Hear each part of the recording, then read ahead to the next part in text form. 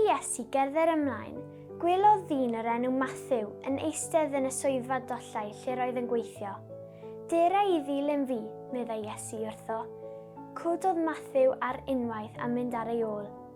Yn nes ymlaen, aeth Iesu a'i ddisgyblion I dŷ Mathew am bryd o fwyd. Trodd y pryd bwyd yn barti.